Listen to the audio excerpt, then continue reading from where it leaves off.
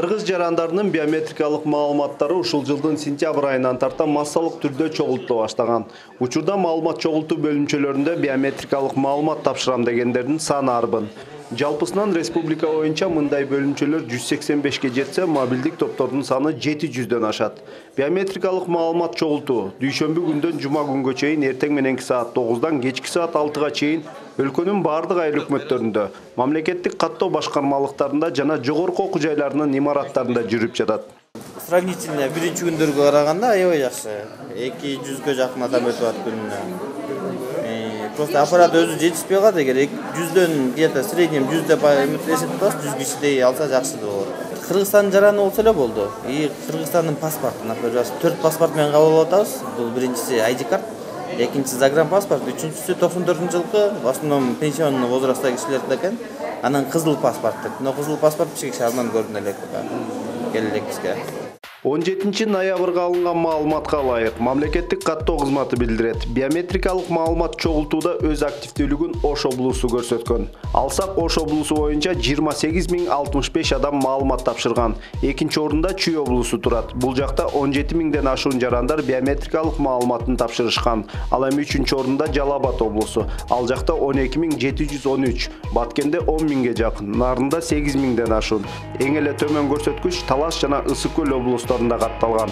Таласта 5494, ал эми Ысык Көлдө 5940. Бишкек шаары боюнча айта турган болсок, бул жакта биометрикалык маалымат тапшыргандардын саны 45000ден ашкан. Корутундулап айтсак, республика боюнча 143578 адам жарандык милдеттерин аткарышкан. Учурда бул көрсөткүч 2 эсеге өстү. Элдин мамилеси бүгүнкү күндө карасак жакшы деп эсептейм. Себеби биздин бүгүнкү күндөн күнгө результатыбыз чогулткан биометрик маалымат көбөйүп атат. Бүгүнкү күндө 327366 миң чогулду маалымат жалпы республика боюнча. Элдин өзгөрүшүн, көз карашы өзгөрткөнү көрүнүп атат да. Күндөн күнгө көбөйүп атат, аппаратка очередь болуп атат кээ бир жерлерде. Азыр ар бир региондон байланышып бизге ыйгарым өкүлдөрү байланышып кайра айтып атышат, дагы аппараттар кошуп бергиле, дагы жаңы пункт ачайлык деп. Адистердин айтымында жарандардын биометрикалык маалыматын бир базага чогултуу бул өлкөнүн социалдык экономикалык, коррупцияга каршы саясат чөйрөсүндө өкмөт тарабынан кабыл алынып жаткан чечимдердин натыйжалуулугун жогорулатууга шарт түзөт жана улуттук коопсуздукту камсыздайт.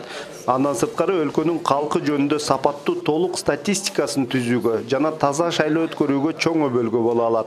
Шайлоолорду жүргүзүүдө дагы калктын сапаттуу базасын түзгөндүктөн шайлоочулардын тизмесин дагы так жана жакшы сапаттуу тизме түзүп беребиз. Бул албетте биздин жарандарыбыздын шайлоо укугун коргойт. Бул ошол шайлоолордун эч кандай фальсификациясы жок, ачык жана таза, адилеттүү өтүүгө сөзсүз түрдө өзүнүн таасирин тийгизет. Ал эми кимдегин биометрикалык маалыматын өз убагында бербесе, 2015-жылы парламенттик шайлоодо добуш берүү укугунан ажырап калышы мүмкүн. Бул туурасында Борбордук шайлоо комиссиясынын төрагасы Туйгуналы Абдрайымов маалымдайт. Айрым жарандар бир канча ID карт паспортторун алып, ар кайсы аймактарда катталышкан. Айрым учурларда чет өлкөлүк жарандар кыргыз паспорттарын алган фактылар кездешет. Мындан улам жарандардын биометрикалык маалыматтарын бир базага топтоо ушул сыяктуу башаламандыктарды жоюуга түрткү болот. Көп бюрократия, коррупциялык схемаларды жоебуз. Азыр деле өзүңүздөр билгендей, биздин эле башкаларды айтпайлы, биздин эле мына территориалдык органдарга барсаңар, паспорт аласыңарбы, тиги жериңерди оформление кыласыңар, башка кыласыңар, баарында эле көп сөз болот, наразы болуп атасыңар, туурабы? Тиги көпчү кагаз жогултасыңар, бюрократия көп, коррупциянын моменттери бар. Ошол жоюш үчүн биз түзөбүз биринчиден. Кийинки этапта туура таза шайлоочулардын тизмесин түзүү боюнча, андан тышкары таза шайлоо өткөрүшү боюнча баары ошол колдонулат. Жарандар биометрикалык маалыматын берүү үчүн көп убакыт коротпойт. Болгону маалымат чогултуу бөлүмчөсүнө паспорту менен келип, сүрөткө түшүп, кол тамгасын коюп, андан соң эки колунун 5 манжасын атайын аппараттан өткөрөт. Жалпы процедура 10-15 мүнөттүк убакытты ээлейт. Вот теперь 17%. Еще раз. Еще 2 попытки сделаете, это 35%, сразу остановитесь на 15% спустится. Вот видите как?